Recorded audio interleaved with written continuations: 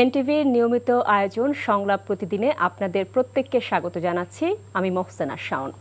আশা করছি যে যেখানে আছেন ভালো আছেন, নিরাপদে আছেন। আমাদের সাথে আজ আলোচনায় দুজন অতিথি রয়েছেন। আমরা আজকে পরিচয় করে দিচ্ছি। প্রথমেই আমার পাশে রয়েছেন doctor Didarul Islam Manik, faculty of communication, central new Mexico community college, যুক্তরাষ্ট্র। আপনাকে স্বাগত আমাদের সংলাপ প্রতিদিনে। তার পাশেই রয়েছেন ডক্টর এ.কে.এম. মতিনুর রহমান, রাজনৈতিক বিশ্লেষক ও অধ্যাপক, কুষ্টিয়া ইসলামী বিশ্ববিদ্যালয়। স্যার, আপনাকেও অসংখ্য ধন্যবাদ আমাদের স্টুডিওতে। আমি প্রথমেই আলোচনায় যেতে চাই। ডক্টর দিদারুল ইসলাম মানিক, আপনার কাছে যেতে চাই। আপনি নিশ্চয়ই জানেন যে বিএনপি চেয়ারম্যান তারেক রহমান আজ গুম খুনের শিকার পরিবারের সদস্যদের সাথে মত বিনিময় করেছেন এবং সেখানে তিনি কিছু কথা বলেছেন, খুব ইম্পর্টেন্ট কিছু কথা বলেছেন। কেউ কেউ বিভিন্ন উসিলায় গণতন্ত্রের উত্তরণের পথকে বাধাগ্রস্ত করতে চায়, আবার বলেছেন নির্বাচন কমিশনকে বিতর্কিত ভূমিকায় দেখা যাচ্ছে। এই কথাটি তিনি উল্লেখ করেছেন এবং গুম ও নির্যাতনের পর বিএনপির কোনো নেতাকর্মী রাজপথে ছাড়েনি এবং কৌশলের নামে গুপ্ত বা সুপ্ত অবস্থা ধারণ করেনি। এই সমস্ত মন্তব্য উনি করেছেন। তো তিনি এখানে এই ইম্পর্টেন্ট কথাগুলো বলেছেন, তার এই বক্তব্যকে আপনি আসলে কিভাবে পর্যালোচনা করবেন? Thank you. আমি শেষটা দিয়ে শুরু করতে চাই।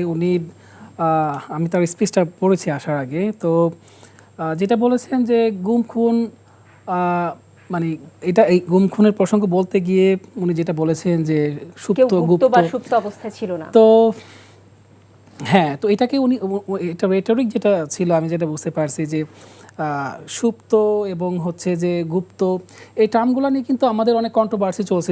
আপনি দেখছেন যে বিশেষ করে 5ই আগস্টের পর থেকে সুপ্ত গুপ্ত রাজনীতি। তো আমি এখানে ডিসএগ্রি করি যে প্রথমত আমরা যদি গুমের দিক যাই, আসলে যে গুমটা তো এটা কত ভয়ানক। আমি একটা স্টোরি দিয়ে শুরু করব, তারপর আপনার কোয়েশ্চেনটা অ্যান্সার করব। নাবিলা ইদ্রিস, গুম কমিশন অফ দ্য মেম্বার, তো উনি হচ্ছে রোকেয়া পদক যখন নিচ্ছিলেন 3টা ছোটো ছোটো স্টোরি বলছেন।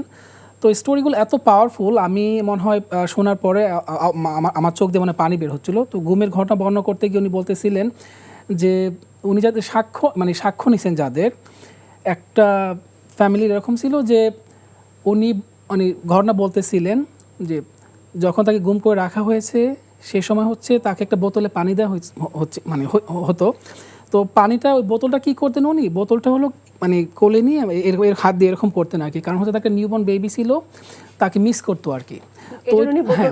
হ্যাঁ, ঝাঁকাতেন আর কি। তারপর আরেকটা স্টোরি বলছেন, একজনকে অফার করছিলেন খিচুড়ি তার অফিসে, কিন্তু উনি খিচুড়ি খাননি, চিকেন খিচুড়ি মোস্ট প্রবলি। তো উনি বলছেন যে আমি যখন গুমে ছিলাম তখন আমার ফ্যামিলি এত বেশি কষ্ট করছে যে আসলে এটা দেখলে তখন আমার ওই সিনারিও মনে পড়ে। তো এই কয়েকটা ঘটনা দিয়ে আসলে আমরা বুঝতে পারি যে এটা কত আপনার হরিফিক ছিল, আসলে এই ট্রমাটিক ছিল অনেকের জন্য, ইভেন যারা হচ্ছে বের হয়ে আসছে এই ট্রমা আসলে এটা সারা বছর ক্যারি করবে। এরপরে যদি আমি কোয়েশ্চেনের অ্যান্সারে যাই, তাহলে গুপ্ত সুপ্ত রাজনীতি, ওই জায়গাটা আমার কাছে মনে হয়েছে উনি যেভাবে নিয়ে আসছেন, উনি বলছেন যে গুপ্ত সুপ্ত রাজনীতির কথা বলছেন, কিন্তু তো গুপ্ত সুপ্ত রাজনীতি এটা খুব রাজপথ ছাড়েনি এই কথা উনি বলেছেন এবং কৌশলের নামে গুপ্ত বা সুপ্ত অবস্থা ধারণ করেন। দেখেন, এটা পলিটিক্সে কিন্তু আমি বলবো যে এটা খুবই স্বাভাবিক। আপনার একটা জিনিস হলো, এটা যদি আমি আরো ডিপার জায়গায় যাই, এই আমি যতটুকু জানি, আমি যেহেতু 2006 থেকে 13 পর্যন্ত সাংবাদিকতা করতাম ইউএসএ যাওয়ার আগে, আপনি প্রচুর মানুষ পাবেন যারা হচ্ছে ইন ট্রু সেন্সে বিএনপি করে না, কিন্তু তার বিএনপিকে ভালোবাসে, তাদের পলিটিক্যাল ওরিয়েন্টেশন ছিল এক ধরনের, তারা কিন্তু এখন তারেক রহমানের খুব কাছে। আমি ইভেন যদি সাংবাদিকদের মধ্যে অনেক আছে, আমি পার্সোনালি চিনি আর কি। এখন এই যে গুপ্ত শব্দ, এই শব্দগুলো আমার মনে হয় ওনার মতো, উনি তো যদি বিএনপি ক্ষমতায় আসে অফকোর্স উনি প্রাইম মিনিস্টার হবেন, তো এগুলো হলো খুব পুয়ার রেটরিক আসলে। উনি যদি একটা দলের প্রধান, তো ওনার কাছ থেকে এই যে আপনার গুপ্ত সুপ্ত, এগুলো হয়তো কর্মী লেভেলে কথা বলতে পারে, কিন্তু আমি যখন আমি শুনছি আমার কাছে উইয়ার্ড লাগছে যে এই টাইপের কনভারসেশন এগুলো তার কাছে আসা উচিত না। আর গুপ্ত সুপ্ত রাজনীতি এটা থাকবে, এটা গ্লোবালি আপনার পলিটিক্সে থাকবে। এখন কথার কথা, আমি কি পলিটিক্স করি সবসময় আমাকে কেন এটা করতে হবে আসলে? তো এটা আমি বলবো যে এটা পলিটিক্যাল ইমপ্লিকেশন ওনার কাছ থেকে আমি বলবো যে এখন এই ধরনের এটা খুব না, প্রাসঙ্গিক না আসলে। এটা চলমান প্রক্রিয়া। কেন অনেক ছেলেরা ছাত্রলীগ করতে পরে ছাত্রদল হয়ে যাচ্ছে না? তো আপনি এটা কীভাবে ডিফাইন করবেন? ছাত্র দল করতে দেখবেন যে আপনি আওয়ামী লীগ যদি ক্ষমতায় আসে 10-20 বছর পরে ধরেন ছাত্রদল করতেছে, পলিটিক্যাল সিনারিও চেঞ্জ হলো, সে ছাত্রলীগ হয়ে গেল। তো আপনি কি গুপ্ত বলবেন সুপ্ত বলবেন? এটা সব দলই আছে। সো এটা আমার কাছে বেনাইন কমেন্ট মনে হয় আসলে। সো এটা হলো আপনার ফার্স্ট কোয়েশ্চেনটা ক্যান ইউ রিপিট করবেন? আমার ফার্স্টের যেটা ছিল সেখানে উনি বলেছেন যে কেউ কেউ বিভিন্ন উছিলায় গণতন্ত্রের উত্তরণের পথকে বাধাগ্রস্ত করতে চায়। এখন এখন এটা তো এইটা কিন্তু হচ্ছে তাদের দিকে কিন্তু বেশি কিন্তু অভিযোগটা আপনি দেখবেন যে তাদের অপোজিশনে যে মোর্চাটা কোয়ালিশন যেটা আছে বিশেষ করে জামাতের সাথে যে দলগুলো আছে তারা কিন্তু রিপিটেডলি বলে আসছে বিভিন্নভাবে বিশেষ করে প্রশাসনকে পলিটিসাইজ করা, বিএনপির দিক ঝুঁকে যাওয়া। তো আমার মনে হয় এই অভিযোগগুলো বিএনপির অপনন্দের থেকে বেশি, কারণ বিএনপি কিন্তু আপনি যদি এটা ভিজিবল আসলে আমরা দেখতেছি যে অ্যাপারেন্টলি হচ্ছে যে প্রশাসন বিএনপির দিকে ঝুঁকে গেছে, কারণ অনেকে প্রেডিক্ট করতেছে হয়তো বিএনপি ক্ষমতায় আসবে, আর বিএনপি যদি বড় দল আওয়ামী লীগের অ্যাবসেন্সে তারা ক্ষমতায় ছিল। তো সেখানে হচ্ছে বিএনপি আমি যেটা মনে করি বিএনপি বেশি অ্যাডভান্টেজ পাচ্ছে বিভিন্নভাবে।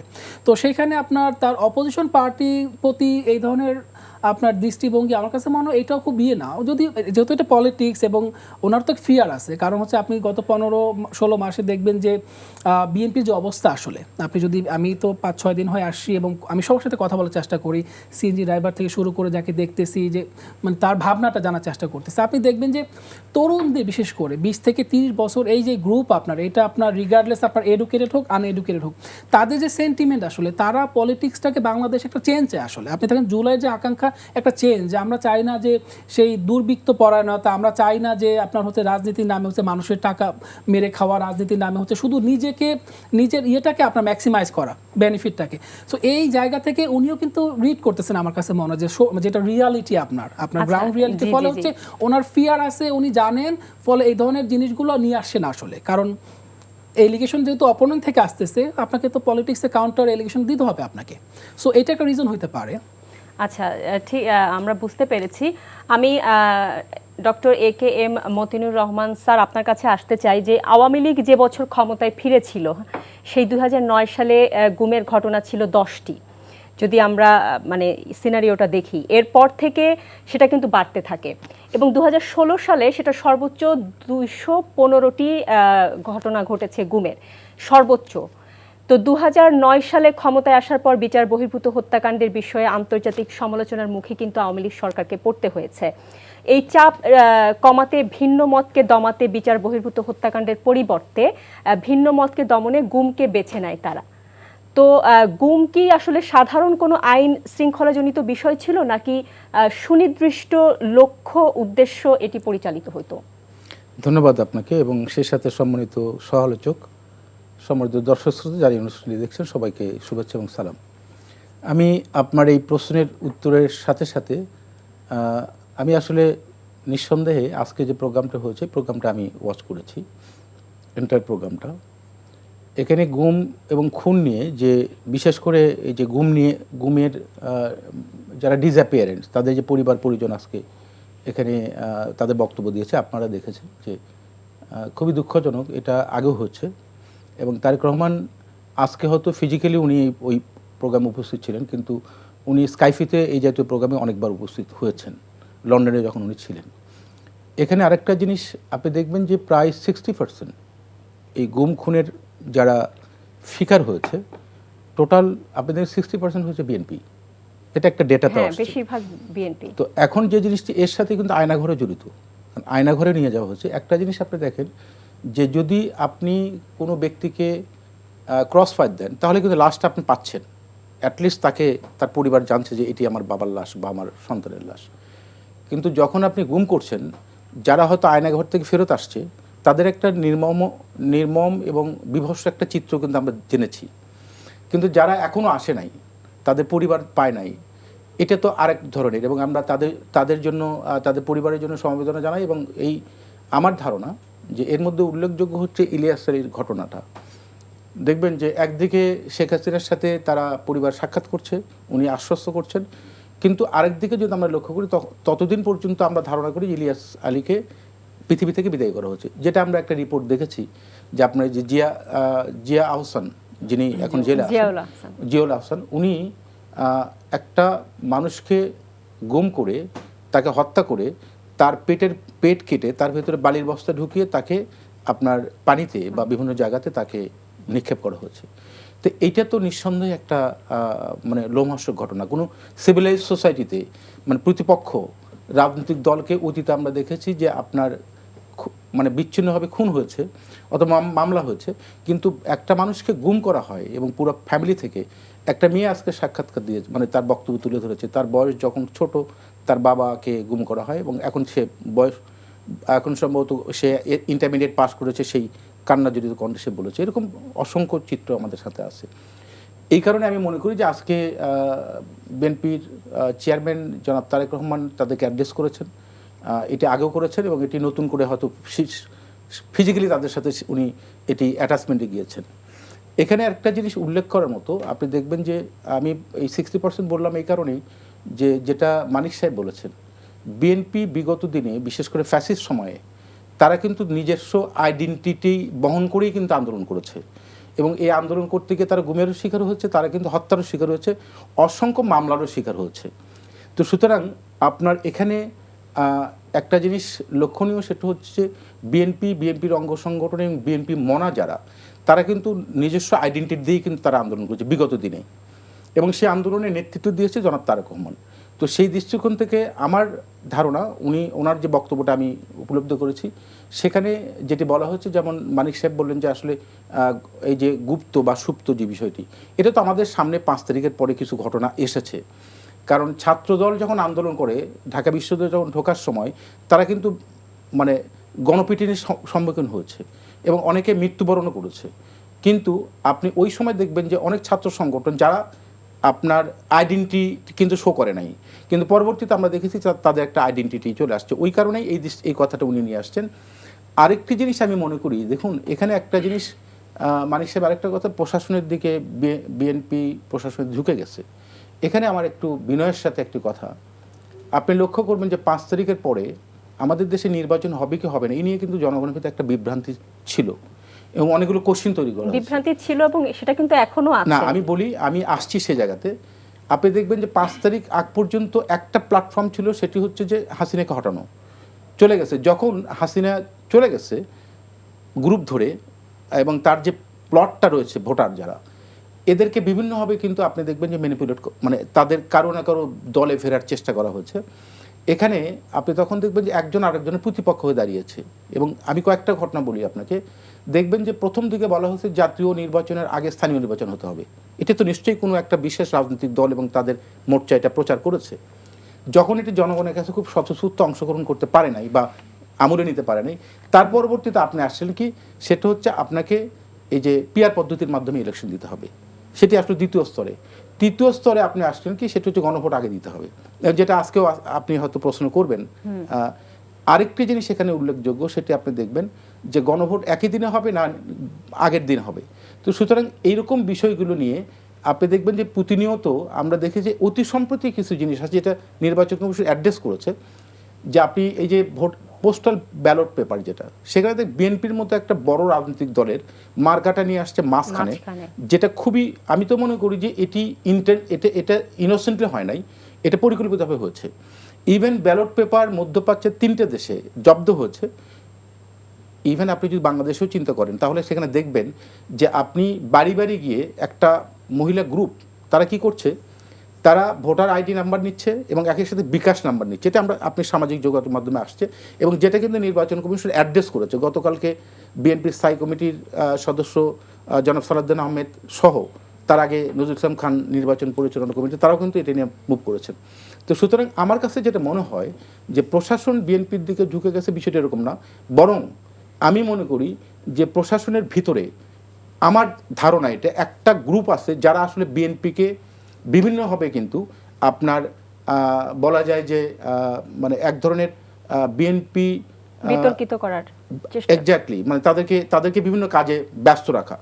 আমি এখানে বিনয়ের সাথে একটি কথা বলতে চাই। দেখুন, প্রধান উপদেষ্টা প্রফেসর ডক্টর ইউনূস উনি গত 2 দিন আগে একটি কথা বলেছেন যে তরুণদের যে আপনার যারা ভোটে দাঁড়িয়েছে এবং তাদের ভিতরে 2-1 এমপি হবেন এবং মন্ত্রী হতে পারেন, এটি প্রধান উপদেষ্টার এই স্টেটমেন্ট থেকে কোনোভাবেই শোভনীয় নয়, এটা হতে পারে না। আপনি দেখবেন যে প্রথম যখন উনি দায়িত্ব গ্রহণ করলেন তখন বলা হলো যে আপনার মানে এরা আমাদের চাকরি দিয়েছে, এটা তো স্পষ্ট মিডিয়াতে আসছে, এয়ারপোর্টে নেমে উনি বলেছেন।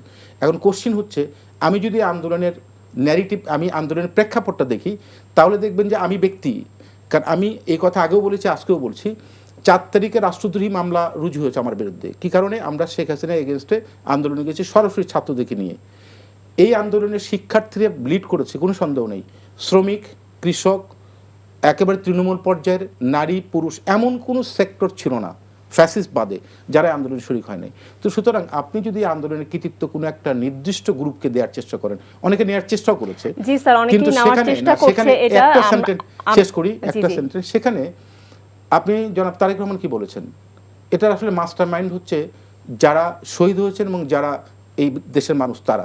কিন্তু অনেকে তো মনে করেন যে মাস্টার মাইন্ডকে উল্লেখ করেছেন। তো সুতরাং এই জায়গাগুলোতে মানুষের ভিতরে এক ধরনের বিভ্রান্তি তৈরি যেমন হয়েছে, এবং এখান থেকে নির্বাচন নিয়ে আপনি যেমন বলছেন যে নির্বাচন তারেক রহমান দেশে আসবেন না, সেটা নিয়ে কিন্তু অনেক ধরনের ন্যারেটিভ তৈরি হচ্ছে সামাজিক যোগাযোগ মাধ্যমে। দিদারুল ইসলাম মানিক, আপনি যেটা স্যার বলছিলেন, পিআর পদ্ধতির কথা, গণভোটের কথা, পোস্টাল ব্যালটের কথা, বিভিন্ন কিছুই বলছিলেন। যদিও আমরা গুমের মধ্যে থাকতে চাই, গুম হওয়া স্বজনের অপেক্ষা রাষ্ট্রের জন্য বড় দায়, এই কথাটি তারেক রহমান আজকে এই কথাটিও বলেছেন। তো কি মনে করেন, বিএনপি যদি রাষ্ট্র ক্ষমতায় যায় তাহলে এই গুম কালচার কি আসলে আদৌ বন্ধ হবে, বা এই গুমের বিচার কি তারা করতে পারবে?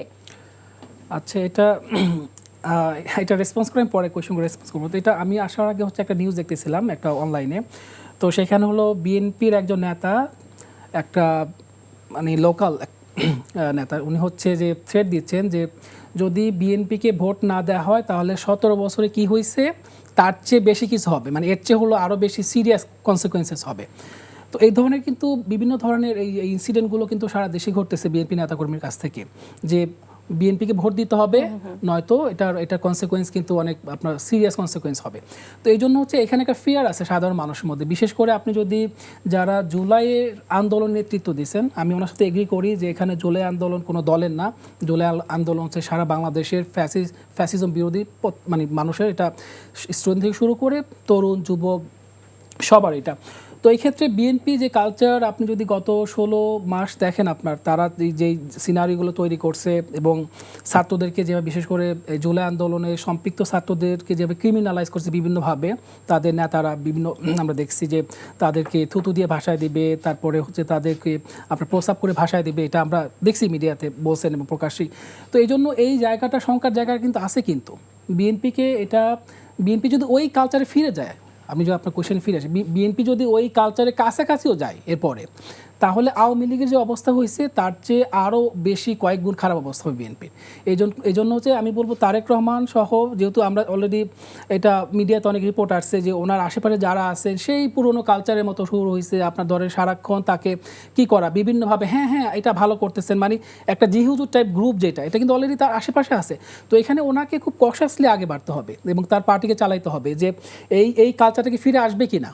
এই কালচার যদি ফিরে আসে তাহলে হচ্ছে মানুষ কিন্তু এখন আগের মতো নয়, মানুষ সাহস বেড়ে গেছে। আপনি দেখেন যে জুলাইয়ের পরে মানুষ এখন ভয় করে না, এবং বিশেষ করে আমি যেটা রিপিটেডলি বলি, 4 কোটির বেশি হচ্ছে আপনার ইউথ, যেটাকে আমি জেনজি বলি, বা 20 থেকে 30 বছর বয়সের মধ্যে, এই গ্রুপটা কিন্তু এখন আপনার চেয়ে আমার চেয়ে অনেক, 4.5 কোটি। হ্যাঁ এটা কিন্তু এরা কিন্তু তথ্যের দিক থেকে আমাদের চেয়ে অনেক সমৃদ্ধ, তারা কিন্তু ভয় পায় না কোনো কিছু। তো আপনাকে ওই গ্রুপটাকে কাউন্ট করতে হবে। ওভারঅল মানুষ আপনি দেখছেন যে 5ই আগস্টের পরে যে গুমের যে ঘটনাগুলো মিডিয়াতে আসছে, আমরা শুনছি, আসলে এখন তো শুধু রিপোর্ট পড়ি না, আমরা শুনি যে তারা কি বলে। তো এই ঘটনাগুলো শোনার পরে যদি ওই কালচারও যদি বিএনপি যায়, তাহলে এটা বিএনপির জন্য হলো যে আমি বলবো যে শেখ হাসিনা কি পরিণতি হয়েছে তার চেয়ে ভয়াবহ পরিণত হবে। তো ওইটা তাদেরকে আমি বলবো তাদের পলিটিক্স একটা বড় এজেন্ডা থাকবে, যে আপনি পলিটিক্যাল অপোনেন্টকে পলিটিক্যালি আপনি ফেস করবেন। আপনার একজন ক্রিটিক করছে, তারপর হচ্ছে আপনার সাথে বনিবনা হয় নাই, আপনি তাকে করে নিয়ে যাবেন, তাই না? এখন আপনি দেখেন ইভেন তারেক রহমানের ক্রিটিক করে সবাই ভয় পায়। তারেক রহমানকে আপনি দেখবেন যে জিহুজুর টাইপের, এটা আমি দেখছি যে আমার সমালোচক যারা আছে তারাও, আমার কথা হলো যে আপনি যদি একটা দলকে ট্রুলি ভালোবাসেন, তাকে পছন্দ করেন, আপনি ক্রিটিক করবেন তাকে, আপনি মানে একেবারে প্রধান থেকে শুরু সবাইকে ক্রিটিক করবেন। আপনি যখন আনচ্যালেঞ্জ রাখবেন কাউকে, তখন এতে ফিয়ারের আশঙ্কা থাকে। এই জন্য আমি বলবো যে তারেক রহমান উনি আসছেন দেশে, এটা একটা পজিটিভ সাইন। আরও আগে আসলে আরও ভালো হতো, দল চাঙ্গা হইতো। যে ধরনের বিচ্ছিন্ন কথাগুলো আমরা দেখছি, এই যে মানে কি বলে যে থুতু করে ভাষায় দিবে এইটা সেইটা, তারপর এরা হচ্ছে ভিলেন, এরপরে ক্রেডিট নেওয়ার যে চিন্তাটা, তো এই সব কিছু মিলে আমি বলবো যে ওনাকে দল চাঙ্গা করার বিষয়ে কথাটা হয়েছে। এক্স্যাক্টলি, হ্যাঁ। তো যেটা হচ্ছে যে ওনাকে এই জিনিসগুলো রিডিফাইন করতে হবে, ওনাকে রিডিফাইন করতে হবে, পলিসি রিফর্মুলেট করতে হবে, সেই পুরনো যে বন্দোবস্ত এটাকে আপনার চ্যালেঞ্জ করতে হবে ওনাকে নিজেই। কারণ উনি, আমি যতটুকু জানি, ইংল্যান্ডে থেকে উনি বুঝতে পারছেন আসলে হচ্ছে যে ওয়েস্ট কীভাবে পলিটিক্যাল পার্টিগুলো রান করে, এবং আসলে বিশেষ করে মানবিক মর্যাদা।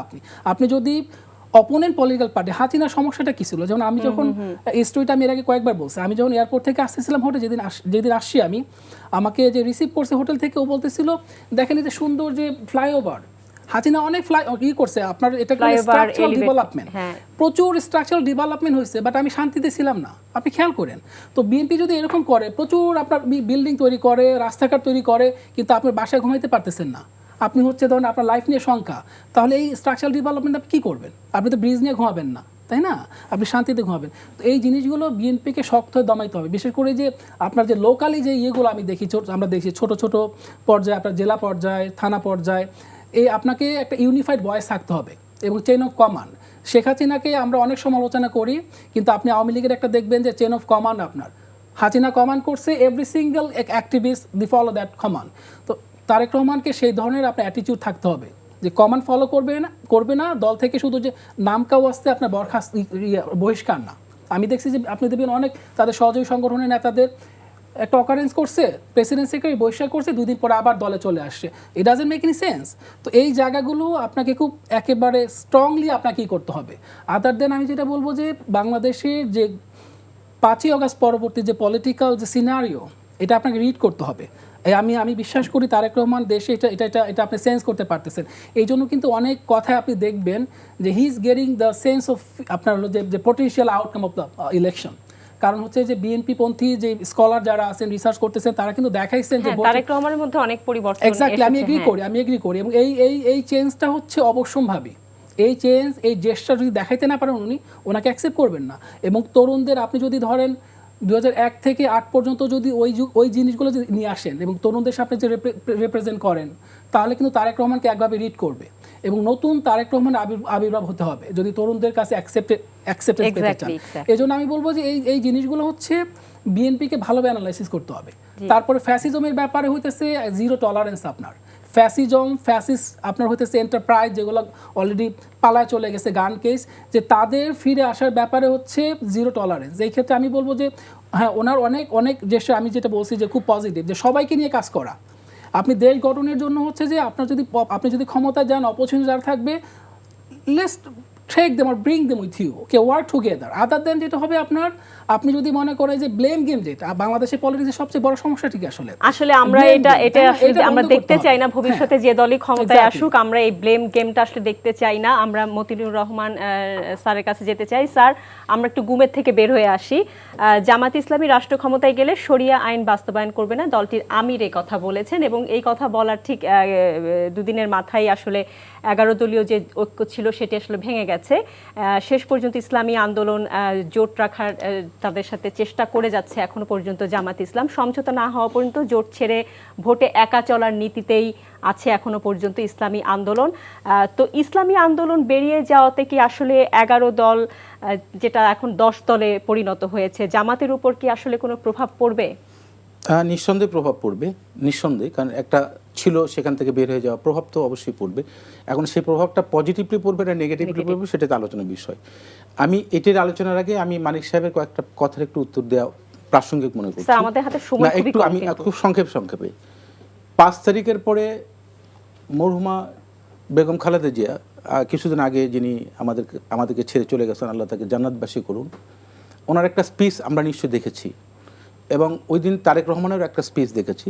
সেই স্পিচে তারা বলেছেন যে প্রতিহিংসা নয়, প্রতিশোধ নয়, সবাইকে যাতে নিরাপদ থাকে, সবাইকে একসাথে নিয়ে এই স্পিচগুলো দিয়েছেন। এটা মিন করে বিএনপি সর্বোচ্চ পর্যায় থেকে যে কাউকে আঘাত করে বা কাউকে প্রতিপক্ষ মনে করে বিএনপি কখনোই কোনো স্পিচ দেয় না, এখনও দিচ্ছে না। মানিক সাহেব যে রেফারেন্স দিয়েছেন, এরকম অসংখ্য রেফারেন্স আপনার সামনে আমি হাজির করতে পারবো। জামাত ইসলামের, আমি এর আগে নামটা নিয়েছিলাম না, জামাত ইসলামের লোকজন তৃণমূল পর্যায়ে কি পরিমাণে দাম্ভিকতা প্রদর্শন করেছে, আমি আপনাকে অসংখ্য রেফারেন্স একদম ডেট সহ দিতে পারবো। আমি শেষ করি, প্লিজ ডোন্ট ইন্টারাপ্ট। যদি বলছেন যে যদি কালচার পরিবর্তন না করে, বিএনপি ক্ষমতায় ছিল 1991 থেকে 1996 পর্যন্ত এবং 2001 থেকে 2005 সাল পর্যন্ত বিএনপি ফ্যাসিস্ট হয় নাই, এটি তো প্রমাণিত। তার মানে যদি কালচার পরিবর্তন না করে, নিঃসন্দেহে আমি ওনার সাথে একমত যে সমালোচক ক্রিটিকদের বিষয়গুলো আপনাকে আস্থা নিতে হবে, আমি একমত ওনার সাথে, কোনো সন্দেহ নেই। কিন্তু হাসিনার মতো অবস্থা হবে, এই কথাটাই কিন্তু আমি মনে করি বিএনপির প্রতি একটা অবিচার করা। তার মানে বিএনপি আগে কখনো হাসিনার মতো ছিল না। বিএনপি নিজে ক্ষমতায় থেকে পার্লামেন্টে আইন সংশোধন করে রাষ্ট্র ক্ষমতা ছেড়ে দিয়েছে, সুতরাং গুম খুন বিএনপি করে নাই। তার মানে বিএনপি সরকারের অ্যামেন্ডমেন্ট নিয়ে এসে ক্ষমতায় থেকে এটা করেছেন। আরেকটি জিনিস আপনি দেখবেন, সেটি হচ্ছে এখানে বলা হচ্ছে যে বিএনপি বহিষ্কার করেছে, তার মানে তাকে কিন্তু দলে ভিড়ে নিয়ে আসেন নাই। তার মানে এটা বিএনপি ওন করে না। বিএনপি ওন করেছে কী কারণে? বহিষ্কার করেছে। এটা নিয়ে কথা হচ্ছে, আমি আপনাকে এই টক শোতে ফ্রিকুয়েন্টলি বলি, সেটা হচ্ছে আমরা কোশ্চেন করেছিলাম ধরুন তারেক রহমানকে, যে অনেক সময় আমাদেরকে বিপদ অবস্থায় পড়তে হয়, তখন উনি বলছেন যে দায়িত্ব নিয়ে কথা আপনারা বলবেন, সেটি হচ্ছে যদি কোনো ব্যক্তি করে থাকে তার তালিকা দেওয়ার জন্য এবং দল থেকে তাকে বহিষ্কার করা, এই এম্পাওয়ারমেন্টটা কিন্তু আমাদের দেওয়া হচ্ছে। কিন্তু কোশ্চেন হচ্ছে যে একইভাবে অন্য রাজনৈতিক দল, বিশেষ করে জামাত ইসলাম আপনি যদি উল্লেখ করেন, তারা কিন্তু অঘটন ঘটিয়েছে, কিন্তু এটি দলটাকে বলছে যে না এটা আমাদের বিচ্ছিন্ন ঘটনা, এটা আমাদের দল তারা ওন করে না। তার মানে আপনি স্বীকার করেন নাই। এই জায়গায় একটা হচ্ছে বহিষ্কার করা এবং তাকে দল থেকে পানিশমেন্ট দেওয়া, আর একটা হচ্ছে ওন না করা। 2001 থেকে 2008 যে কথাটা বলা হচ্ছে যে তারেক রহমান সম্পর্কে, আমি এখানে একটু উত্তর দিতে চাই। যে ন্যারেটিভটা শেখ হাসিনা তৈরি করেছিল এবং ওই সময় মঈনুদ্দিন এবং ফখরুদ্দিন আহমেদ, ওই ন্যারেটিভটা কিন্তু প্রচার করা হচ্ছে। বলা হয় যে তারেক রহমান এখন অনেক সুশীল হয়েছেন, অনেক ভালো কথা বলেন, অনেক সজ্জন।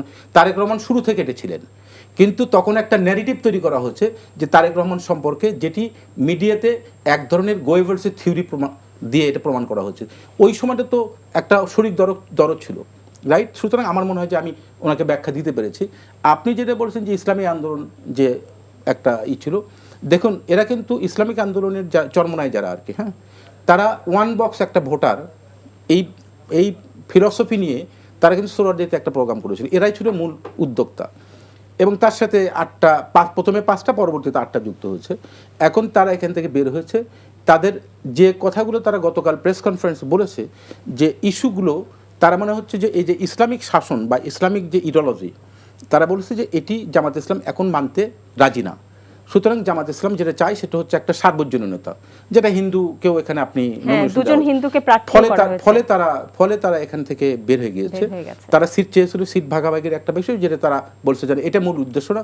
উদ্দেশ্য হচ্ছে ফিলসফিক্যাল জায়গা থেকে, ইসলামিক আইন আকিদা থেকে তাদের সাথে একটু বিরোধ হয়েছে। আমি তাদের এই জায়গাতে প্রচার করেছি, কিন্তু আমার ব্যক্তিগত অবজারভেশন আছে, সেটি হচ্ছে দেখবেন যে এই ইসলামিক আন্দোলন যারা, তারা কিন্তু 150-এর উপরে জামাত ইসলামকে কখনো সিট ছেড়ে দিতে চায় নাই। কেন?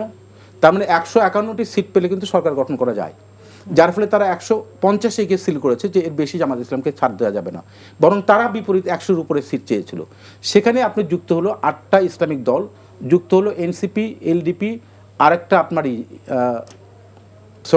আরেকটা দল, আমি এই মুহূর্তে মেমোরি উল্লেখ করতে পারছি না, তারা এটা যুক্ত হয়ে 11টা হলো। এখন এর ভিতর থেকে এটা বের হয়ে চলে গেছে। দেখুন এখানে নিঃসন্দেহে আমি মনে করি যে এখানে ভোটে, যেহেতু প্রত্যেকটি নির্বাচনী আসনে কিন্তু আপনি দেখবেন যে কম বেশি এই ইসলামী আন্দোলন বাংলাদেশ, তাদেরও যেমন ভোট সংখ্যা আছে এবং সেটা একটা ডিটারমিনিং ফ্যাক্টর। সেখান থেকে বের হয়ে যাওয়া, আমি মনে করি এটা হয়তো ভবিষ্যৎ আমাদের আরও অপেক্ষা করতে হবে যে রেজাল্টটা কোন দিকে দাঁড়ায়। তবে এখানে যে জিনিসটি ওনারা অভিযোগ করেছেন, ওনাদের বক্তব্য, সেটি হচ্ছে যে জামাত ইসলাম একদিকে বলছেন যে আমরা আল্লাহর আইন চাই এবং সৎলোকের শাসন চাই, এটা কিন্তু তাদের একটা ফিলসফি।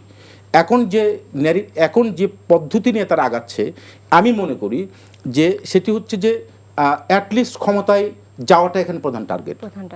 তার মানে ফিলসফিটা কিন্তু আপনি এখানে ওন করছেন না। আপনি বলছেন যে সৎলোকের শাসন, আল্লাহর আইন চাই, আপনি আবার হিন্দুকে এখানে ইনক্লুড করছেন। তাহলে ধরেন হিন্দু কি প্রচারণা নিয়ে যাবে আপনার ফিলসফির সাথে? তার মানে ক্ষমতা যাওয়াটাকে আমি মনে করি জামাত ইসলামের প্রধান টার্গেট, কোনো ইসলামিক শরিয়া আইন প্রতিষ্ঠা না।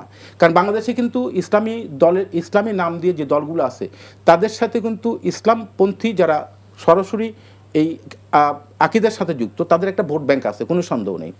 এবং তারা চায় যে এর মধ্য দিয়ে যদি বাংলাদেশে ইসলামটাকে প্রতিষ্ঠা করা যায়, আমি নিঃসন্দেহে তাদের একটা ফিলসফি আমি রেসপেক্ট করি। কিন্তু জামাত ইসলাম যেটা করছে সেটা হচ্ছে সবগুলো দল, সেখানে ধরেন আখতারুজ্জামানকে নিয়ে আসছে, কর্নেল অলিকে নিয়ে আসছে, যে কর্নেল অলি আপনার জামাত ইসলামের সাথে বিএনপি যুক্ত থাকার কারণে উনি এখান থেকে বেরিয়ে গেছেন, সেই কর্নেলিয়া ওলি এখন আসছে। আমি ধরে নিলাম রাজনীতির শেষ কথা বলে কোনো কথা নেই, কিন্তু লাস্ট কথাটা বলি, বিএনপি যে স্ট্যান্ডে রয়েছে 5 তারিখের পর থেকে, তারা বলছে নির্বাচন চাই, কারণ নির্বাচনের বাইরে তারা চিন্তা করতে পারে না। জনগণের লিগ্যাসি তারা চায়, জনগণের লিগ্যাসির মধ্য দিয়ে অতীতেও যেমন রাষ্ট্র ক্ষমতা আসছে, এবারও যদি মনে করে জনগণ যে তাদেরকে রাষ্ট্র ক্ষমতা দেবেন, ডেফিনেটলি তারা আসবেন। কিন্তু বিএনপি তো কখনোই তার যে ইডিওলজি থেকে বিএনপি তো চ্যুত হয় নাই, বরং অন্যান্য দল দুই একটা এসেছে, আপনি বলবেন সেখানে মৌলিক কোনো পার্থক্য আমি মনে করি না ফিলসফিক্যাল দিক থেকে আসছে, বরং বিএনপি কিন্তু জোট করে নাই। স্যার, আমি অন্য একটি প্রশ্ন নিয়ে আপনার কাছে ফিরি। আমার মনে হয় আপনি আগের প্রশ্নের উত্তর দিয়েছেন। ত্রয়োদশ সংসদ নির্বাচন এবং গণভোটের তফসিল ঘোষণার পরদিনই নিহত হন ইনকিলাব মঞ্চের, আপনারা জানেন, যে মুখপাত্র শরীফ ওসমান হাদী, যেটি নিয়ে অনেক আলোচনা হয়েছে, এবং এতে রাজনৈতিক অঙ্গনে কিন্তু উদ্বেগ দেখা দেয় এবং আইন শৃঙ্খলা বাহিনীর তৎপরতা বাড়ার কথা বলা হলেও উৎকণ্ঠা কিন্তু কমেনি। হিসাব করে যদি দেখা যায় তাহলে তফসিল ঘোষণার পর গত 36 দিনে সারা দেশে অন্তত 15 জন রাজনৈতিক নেতাকর্মী খুন হয়েছেন এবং বা এটাকে আমরা হত্যাকাণ্ড বলতে পারি, হত্যাকাণ্ডের শিকার হয়েছেন। তো পুলিশ বলছে তারা প্রস্তুত, কিন্তু উদ্বেগ কাটছে না। এ ব্যাপারে আপনি কি বলবেন? ধন্যবাদ। নির্বাচন সামনে। ধন্যবাদ আপনাকে। আমি প্রথমত শরীফ ওসমান হাদী খুবই ফরচুনেটলি আমার ডিপার্টমেন্টের ছাত্র ঢাকা ইউনিভার্সিটির, এবং আমি তার যে স্পিরিটটা, তার যে বক্তব্যগুলো, আপনি দেখবেন যে তার ভিতরে কিন্তু যা কিছু ছিল স্পষ্ট। শরীফ ওসমান হাদী কিন্তু যা বলেছেন স্পষ্ট, এবং তার একটা নিজস্ব প্ল্যাটফর্মও ছিল, মানে ইনকিলাব মঞ্চ, এবং সেখানে আধিপত্যবাদ এবং অন্যান্য ক্ষেত্রে উনি স্পষ্টত কথা বলেছেন। এবং সেই দৃষ্টিকোণ থেকে আপনি দেখবেন যে শরীফ ওসমান হাদীকে তফসিল ঘোষণার পরদিন তাকে একেবারে প্রকাশ্যে দিনের বেলায় তাকে গুলি করা হয়েছে, এবং একটা পর্যায়ে আনফর্চুনেটলি তাকে জীবন দিতে হয়েছে। আমি তার জন্য আল্লাহর কাছে জান্নাত কামনা করি। এখানে দুঃখজনক হচ্ছে একটা জিনিস দেখবেন যে শরীফ ওসমান হাদীর এই রহস্যটা এখন পর্যন্ত গভর্নমেন্ট কিন্তু উদ্ধার করতে পারে নাই। আমি এখানে সম্পূর্ণভাবে সরকার এবং সরকারের যে গোয়েন্দা সংস্থা এবং সরকারের যে আইন শৃঙ্খলা বাহিনী, তাদের ব্যর্থতাকে আমি সম্পূর্ণভাবে দায়ী করব। এটা হচ্ছে প্রথম এক। নাম্বার 2 হচ্ছে, আপনি দেখবেন যে নির্বাচন এই যে তফসিল ঘোষণার পরে যখন শরীফ ওসমান হাদীর উপরে আক্রমণ হলো, এরপরে শরীফ ওসমান হাদীর মৃত্যুর পর আপনি একটা জিনিস খেয়াল করবেন যে তার জানাজাতে কিন্তু অসংখ্য মানুষ হয়েছে, অর্থাৎ তার এই কথাগুলো মানুষ ওন করেছে।